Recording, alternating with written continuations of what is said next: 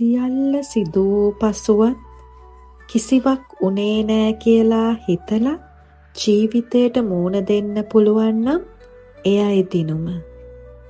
සියල්ල අහිමි වූ පසුවත් කිසිවක් අහිමි වුණේ නෑ කියලා හිත ශක්තිමත් කරගන්න පුළුවන් නම් එයයි දිනුම.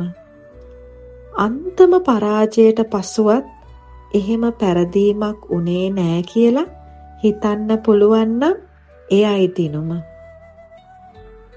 දිනුම කියලා මෙච්චර කල් හිතාගෙන හිටපු සියල්ලම නැති වූ පසුවත් දිනන්න පුළුවන් කියලා හිතන එකයි. අන්න ඒ සිතුවිල්ල තමයි දිනුම. සබහා දහමට නොවන අවනත ලොවේ කිසිවක් නෑ. ඔබ සැමට පින්සාර උඳුවප් පෝය දිනයක් වේවා. තෙරුවන් සරණයි.